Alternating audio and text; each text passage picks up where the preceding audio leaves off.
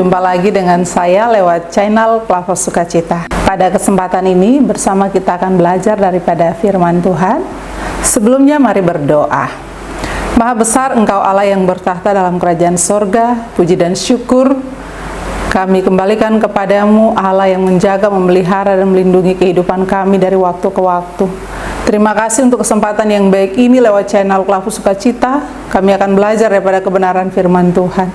Kiranya Roh Kudus hadir dan tuntun kami sekalian untuk mengerti dan memahami apa yang Tuhan mau lewat kebenaran firman-Mu. Dalam nama Yesus firman yang hidup, kami berdoa. Amin. Pemirsa, bagian Alkitab bagi kita di kesempatan ini terdapat dalam kitab Injil Markus pasal 14 ayat 69 hingga ayatnya yang ke-70. Injil Markus pasal 14 ayat 69 hingga ayatnya yang ke-70. Demikian firman Tuhan. Ketika hamba perempuan itu melihat Petrus lagi, berkatalah ia pula kepada orang-orang yang ada di situ, "Orang ini adalah salah seorang dari mereka." Tetapi Petrus menyangkalnya pula. Tidak lama kemudian, orang-orang yang ada di situ berkata juga kepada Petrus, "Engkau ini pasti salah seorang dari mereka, apalagi engkau seorang Galilea." Demikian firman Tuhan, pujian kepada Kristus selama-lamanya. Amin. Pemirsa, dari bagian firman Tuhan ini, kita dituntun dengan tema kasih Kristus memulihkan kegagalan iman. Kasih Kristus memulihkan kegagalan iman. Pemirsa, seringkali kita jatuh dalam dosa, kadangkala kita tidak setia terhadap janji kita sebagai anak-anak Tuhan, bagaimana hidup dan perilaku kita. Kadang juga kita lebih suka mencari aman untuk diri kita sendiri dan melupakan keadilan, melupakan kebenaran, dan melupakan kejujuran. Semuanya itu kita lakukan bukan karena kita belum kenal Kristus yang adalah Tuhan itu, tetapi karena kita belum sungguh-sungguh percaya kepadanya.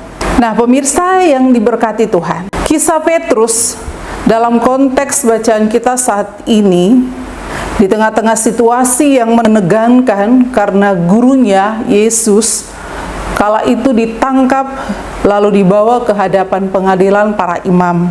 Petrus dalam situasi ini juga memberi suatu penjelasan kepada kita tentang siapa dia sebagai kepala ataupun pemimpin kelompok 12 atau pemimpin dari 12 murid Yesus, yang mana pada awalnya ia mengaku setia kepada Kristus sebagai gurunya, sebagai Tuhannya.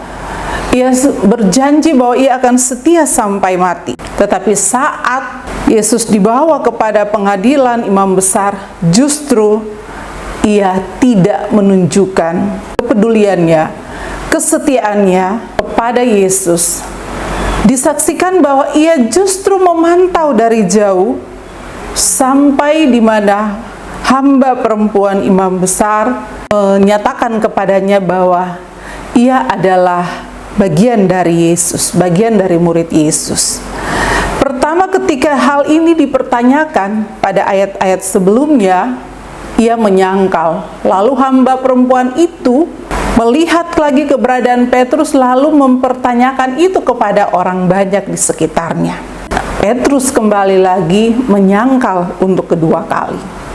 Lalu orang banyak yang ketika mendengar pernyataan hamba perempuan itu, mereka kembali menuding dengan pertanyaan yang sama, justru Petrus menyangkalinya. Nah, pemirsa yang diberkati Tuhan, situasi Petrus pada waktu itu tentu ia ada pada rasa takut, rasa gentar, karena ia lebih memilih untuk mengamankan dirinya. Dan secara tidak langsung, Petrus gagal dalam imannya kepada Yesus.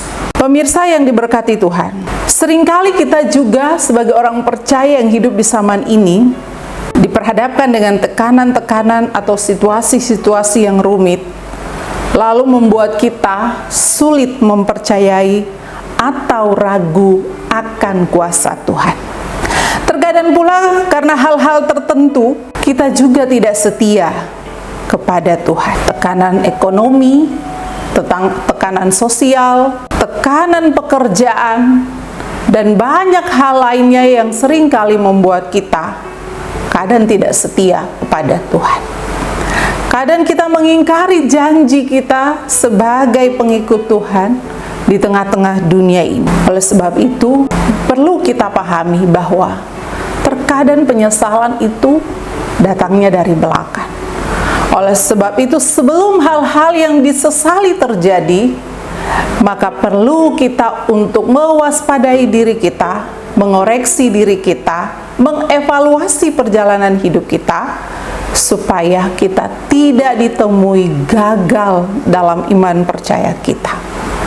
Walaupun kita tahu Tuhan yang kita imani adalah Tuhan yang penuh dengan kasih, penuh dengan sayang, tetapi bukan berarti kita terbuai lalu terus ada dalam tekanan-tekanan yang menyusahkan dan kita tidak setia kepada Tuhan. Oleh sebab itu, pada hari saat dimana kita memperingati kematian Yesus Kristus ini, kita diingatkan kembali untuk merenungi perjalanan kehidupan kita, bahwa banyak hal telah Yesus alami, banyak hal telah Yesus hadapi, banyak pula tekanan yang Yesus hadapi sampai Ia mati di kayu salib. Itu pertanda bahwa Ia tetap mengasihi kita. Kasih-Nya itulah yang terus mengingatkan kita untuk tidak lagi melakukan kesalahan, pelanggaran, apalagi dosa.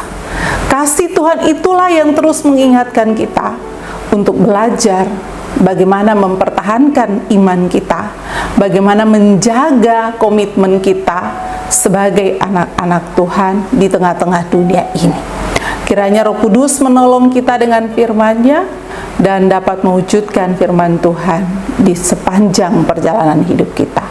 Amin. Mari berdoa. Kami bersyukur kepadamu ya Tuhan, lewat kesempatan ini, lewat channel Klafus Sukacita, kami telah belajar daripada kebenaran firman Tuhan. Biarlah firman-Mu terus mengingatkan kami di tengah-tengah situasi yang menekan sekalipun, kami tetap percaya kepada Tuhan kami yang memelihara, menjaga, dan melindungi kehidupan kami. Kami berterima kasih kepadamu ya Kristus untuk pengorbanan-Mu yang telah menyelamatkan kami dari dosa, dari pelanggaran, dari kesalahan. Engkau telah menebus kami dengan seluruh penderitaan, tekanan, bahkan kematian di kayu salib. Terima kasih untuk pengorbanan-Mu. Berkati pemirsa Klafus Sukacita di mana saja mereka berada ya Tuhan, dalam seluruh keberadaan hidup mereka masing-masing, apapun itu yang mereka hadapi, Allah ada di sana menolong mereka. Dan berkati pula tim Klafus Sukacita, baik kru maupun para pelayan dalam menabur firman-Mu lewat channel ini. Dan kami bersyukur dan berharap dan menyerahkan seluruh keberadaan hidup kami hanya di dalam tangan Tuhan Allah yang Maha Kuasa. Terpuji-puji namamu ya Allah Bapa, ya Yesus Kristus, ya Roh Kudus, dari dulu kini hingga selama-lamanya. Amin. Shalom, Tuhan memberkati kita.